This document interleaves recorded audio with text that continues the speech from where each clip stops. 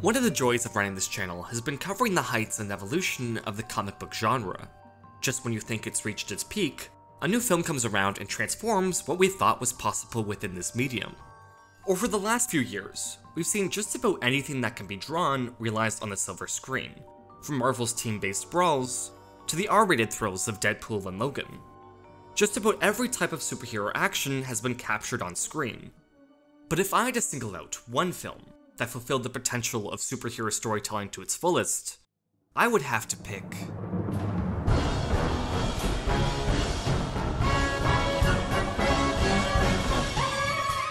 Pixar's 2004 film about a family of superheroes still remains the gold standard of power-based storytelling, holding the perfect mix of rhythm, humor, and cutting-edge technology. Even though the film is animated, and thus can't engage on a real-life visceral level that many other fight scenes operate at, each of its action scenes still engage the audience through its thoughtful narrative and three-dimensional characters. Anything the film might lose next to its live-action competition is completely made up for by how the animation complements the characters and storytelling. Like everything at Pixar, the characters come first. So before we talk about the action, we first have to talk about Let go of your brother! One of the keys to creating an interesting superhero is to give them a complementary or contrasting personality outside of their powers, also known as an alter ego. So for instance, before Steve Rogers can be gifted with superhero strength, he first must prove himself as a 90-pound weakling who prevails through the strength of his morals. His super strength becomes a reflection of his personality, being the vessel for him to achieve the goals he's had all along. Almost every superhero operates under similar conditions. Their identity and power set creates a feedback loop that challenge and inform the other. This inner relationship is at the heart of every character in The Incredibles. As in this film, the characters are their powers. The Incredibles are of course a nuclear family turned superhero team, and to preserve that spirit, every character's power set is reflective of their role in the family unit. Bob is the man of the house who has to be strong to provide for his family. Helen is the stay-at-home mom, trying her best to hold the family together. Violet is the shy daughter who hides herself and forms social barriers. Dash is the overly energetic brat. And Jack is the infant, filled with unlimited potential.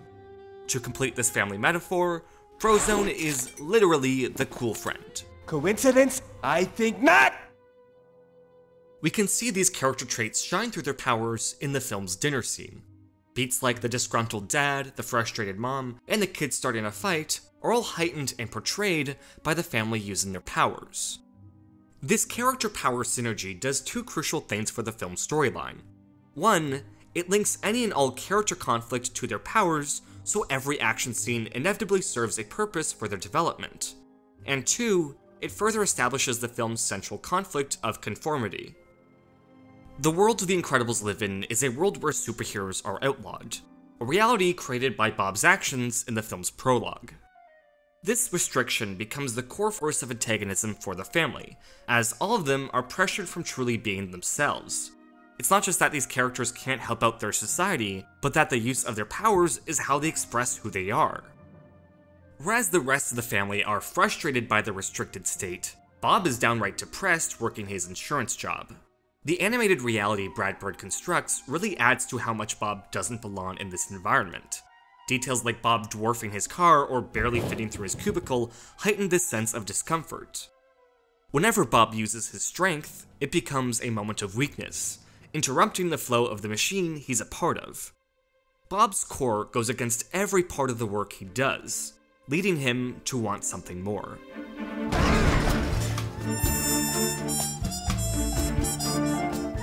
The central thrust for this film's conflict is Bob forsaking his ordinary job and becoming an agent for a secret organization to do superhero stuff. For the first time in ages, Bob is finally appreciated for what he's good at, slipping comfortably back into the role that defines him. While there is danger in his mission, that danger pales in comparison to the pain of his previous job. The mission becomes a sort of workout, fixing Bob back into shape. The job seems almost too good to be true. It's a vacation where Bob gets paid to roleplay as his former self. And that's because it is. Like the woman who recruits him, it's a mirage. A ploy for his new arch-nemesis to seek revenge. Before we get to Syndrome and his role in this story, we first have to discuss how the trap he sets works. The mission and the island are all designed to specifically cater to Bob's weakness. He's attracted to power. So am I. It's a weakness we share. Seems a bit unstable. I prefer to think of it as misunderstood. Men at Robert's age are often unstable, prone to weakness. The tone and setting of the island most resembles the aesthetics of a Bond film, a genre defined by being a male power fantasy. Mirage in particular resembles many Bond girls, and her relationship with Bob borders on an affair. Not only does this mission expose Bob's core weakness, but it also further distances him from his family that anchors him. After all, he works alone. If Bob wants to return to being a super, his approach to action is gonna have to change.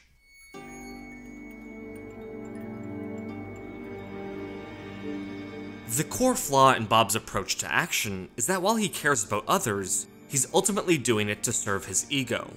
He misses the admiration that the job entails, and he can't stand seeing the work being taken over by soulless machines. Both of these fears manifest themselves in the film's antagonist Syndrome, the dark mirror of Mr. Incredible. Syndrome is the OG toxic fan, obsessed with the same ego that haunts Bob. Through Syndrome, Bob is presented with all the obstacles and flaws he has to personally overcome, not only in machines built to surpass him, but also a would-be superhero only concerned with the theatrics. While the film still endorses hero work, it is also very critical of the indulgence and showmanship it inspires. Hence, No capes! this becomes the thrust for the latter part of the narrative, Bob becoming a hero for the sake of his family, not his ego. The antagonists they're facing are designed to take this family down, so they rather have to think creatively or work together. All of what we just outlined is the foundation that Brad Bird's action scenes build off of, ensuring that every punch and kick holds meaning and serves a purpose in this story. Like the best blockbusters, this foundation turns every action scene into a story scene, giving them the push they need to be dramatically satisfying. It also helps that these action scenes kick ass.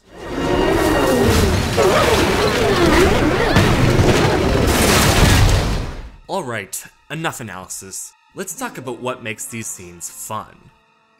One thing that adds to the excitement is how incredibly efficient the action scenes are.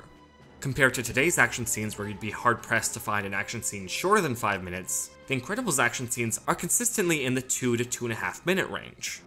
Even the climactic Omnidroid battle that has to juggle multiple relationships and character arcs clocks in at under 4.5 minutes. The rate of reversals and new concepts in these action scenes is insane, leaving no two action beats feeling the same. There's a chaotic and unpredictable quality to these scenes, like the grace of a ballet infused with the thrill of a car crash. Bird isn't afraid to cut these scenes short. Twice in the film, Syndrome shows up to stop the action dead in its tracks. In the second Omnidroid battle, this shortened length shows how Mr. Incredible is thoroughly outmatched. And in the end of Act 2 Brawl, the scene can end on a high note with the Incredibles working together, while also showcasing Syndrome's technological dominance. Oh, this is just too good. With shortened action scenes, the film can have more of them with greater variety. Since all of these characters have different power sets and personalities, the ways in which they navigate their obstacles feels entirely unique. With Violet and Elastigirl, the action is focused on navigation and suspense, whereas the action with Mr. Incredible and Dash is far more explosive and relentless.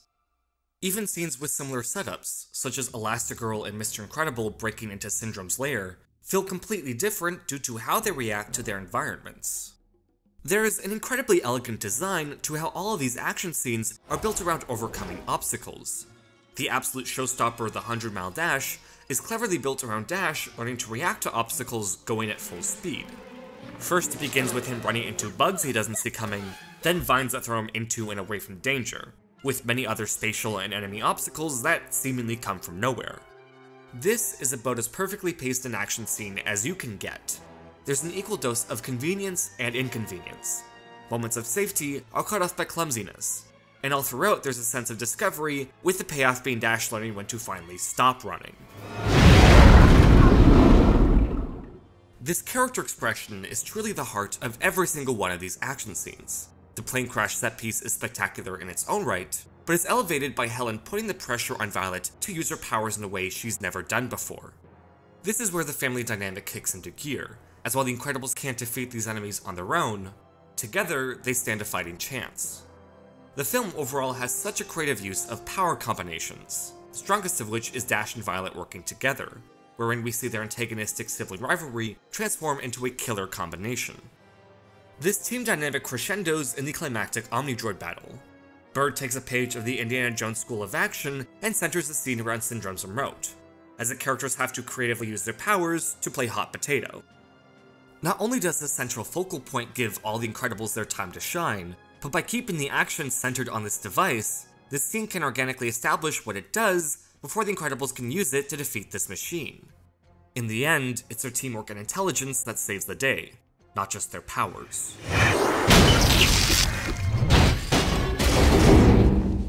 Honestly, I can go on and on about all the amazing details within these action scenes, like how the battles seamlessly transition between characters, the subversive critiques on the superhero genre, He starts monologuing. or how it shows things that other superhero films don't, like how to dispose of goons after a brawl. But if I did that, we would be here all day, and I think it's about time we wind down.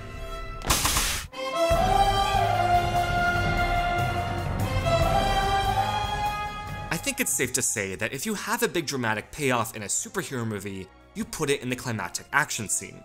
This is something the Avengers films are really good at. The Incredibles' final showdown with Syndrome takes this idea and runs with it.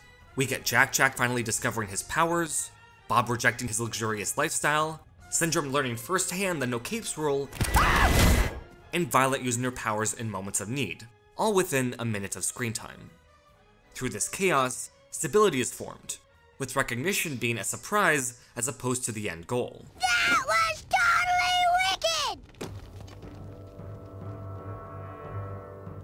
The Incredibles is one of those few movies where I can extract meaning from every single action beat, wherein a singular dramatic goal guides us through its most chaotic moments.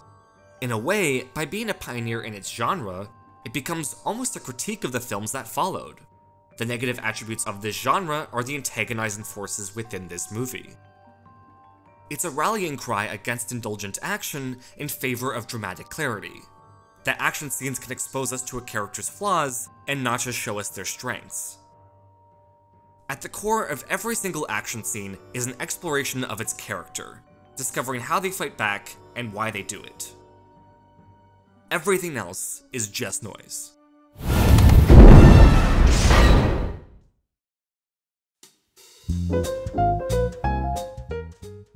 Alright, thanks for watching.